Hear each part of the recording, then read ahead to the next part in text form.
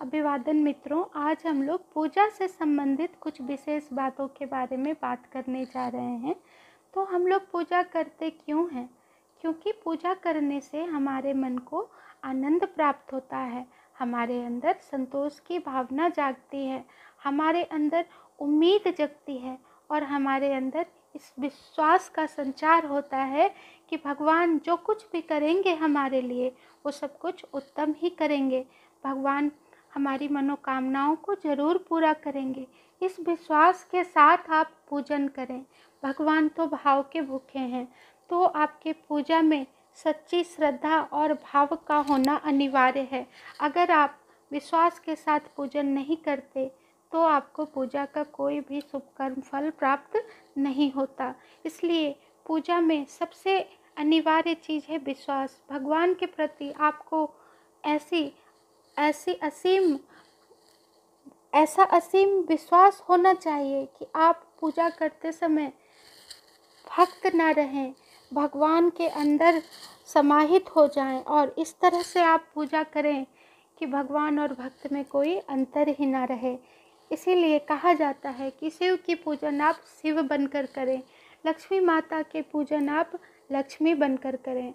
अर्थात इसका मतलब ये नहीं है कि आप शिव की पूजन करते हुए शिव बन जाते हैं, नहीं, शिव की तरह सौम्य रहें और माता लक्ष्मी की तरह नारी को श्रृंगार करके पूरी आस्था के साथ, पूरे विश्वास के साथ पूजन करनी चाहिए।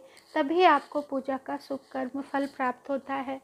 और जो भगवान हमें इतना सब कुछ देते हैं उनके लिए हमें भी तो थोड़ी मेहनत करनी ही चाहिए, तभी तो हमारी पूजा सफल होगी, तभी तो हमें पूजा का संपूर्ण फल प्राप्त होगा। तो पूजा आप अपनी इच्छा शक्ति के हिसाब से, अपनी इच्छा शक्ति के अनुसार संक्षेप में भी कर सकते हैं और विस्तार में भी कर सकते हैं, लेकिन शास्त्रोक्त विधि से जो पूजा की जाती है उसी से आपको पूजा का शुभ कर्म फल प्राप्त होता है।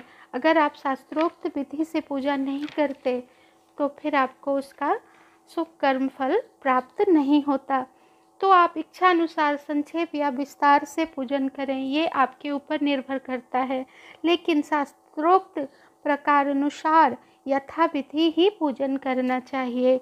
जो पुरुष अथवा जो स्त्री शास्त्रोक्त विधि का त्याग करके अपनी इच्छा अनुसार कर्म करता है वह उस शुभ कर्म का फल प्राप्त नहीं करता और ना ही इसे सुख तथा परम गति की ही प्राप्ति होती है।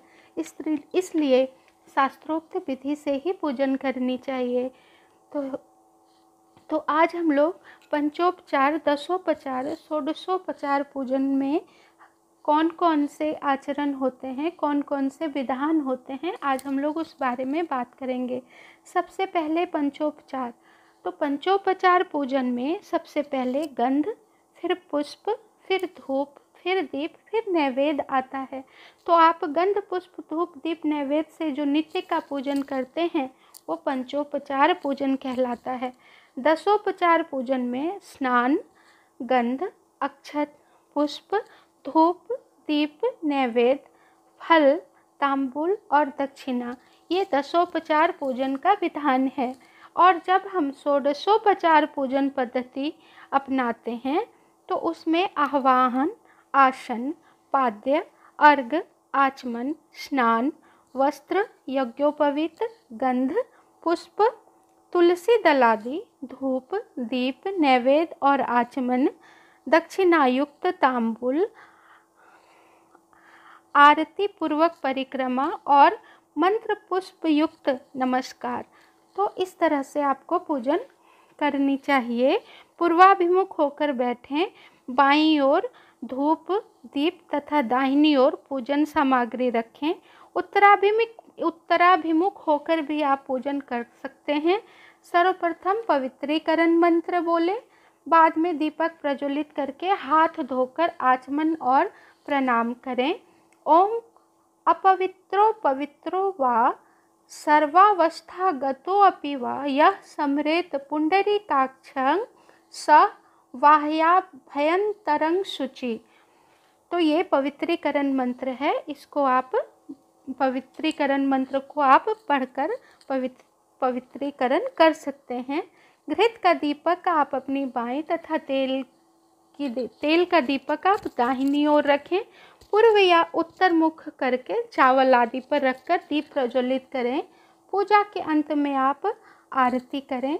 आरती करने के बाद आप भगवान से क्षमा याचना जरूर करें कि हे भगवान, पूजा में अगर मुझसे कुछ गलती हो गई हो, कुछ त्रुटि रह गई हो तो कृपया हमें क्षमा करें। अंत तक देखने के लिए आप सबका कोटि कोटि आभार, वंदन।